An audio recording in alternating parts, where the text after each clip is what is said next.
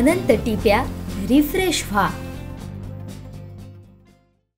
लोकसभा निवडणुकीच्या निकालानंतर राज्यात मंत्रिमंडळाच्या विस्ताराला मुहूर्त कधी मिळणार अशी चर्चा महायुतीच्या आमदारांमध्ये सुरू आहे। मंत्रिमंडळ विस्तार रखडल्याने महायुतीत अस्वस्थता पसरलेली असताना विधिमंडळाच्या अधिवेशनाआधी मंत्रिमंडळ विस्तार होणार असल्याची माहिती समोर येते।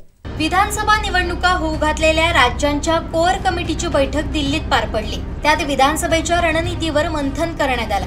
तसंच मंत्रिमंडळ विस्तारात कोणाला संधी द्यायची यावर प्राथमिक चर्चा झाली।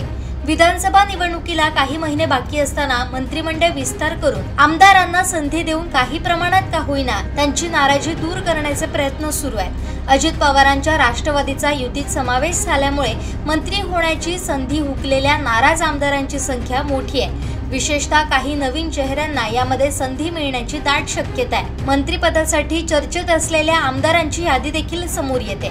यात राष्ट्रवादी काँग्रेस पक्ष, अजित पवार गट, मकरंद आबा पाटील, विक्रम काळे, संग्राम जगताप, शिवसेना शिंदे गटाकडून भरत गोगावले, संजय शिरसाट, प्रताप सरनाईक, भाजपकडून देवयानी फरांदे, माधुरी मिसाळ, संजय कुटे यांचा समावेश आहे। सध्या बऱ्याच मंत्र्यांकडे अधिक खात्यांची जबाबदारी असल्याने त्यांना त्या विभागांना पाहिजे तेवढा वेळ देता येत नाही। भाजप, राष्ट्रवादी आणि शिंदे सेनेच्या कुठल्या आमदाराला मंत्रिपद मिळेल याबाबत कमालीची गुप्तता पाळण्यात येते। मंत्रिमंडळ विस्तार नेमका कधी होईल याबाबत सध्या नेमकं सांगता येणार नाहीये असं एका आमदारानं खासगीत सांगितलंय।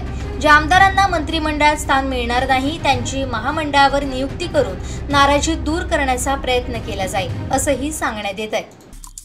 आमचे दिवसभरातले सर्व अपडेट्स, ताज्या घडामोडी आणि थेट लाईव्ह पाहण्यासाठी सबस्क्राइब करा, लाईक करा कोकणचं नंबर 1 महा चॅनल कोकण 7 लाईव्हचं YouTube चॅनल।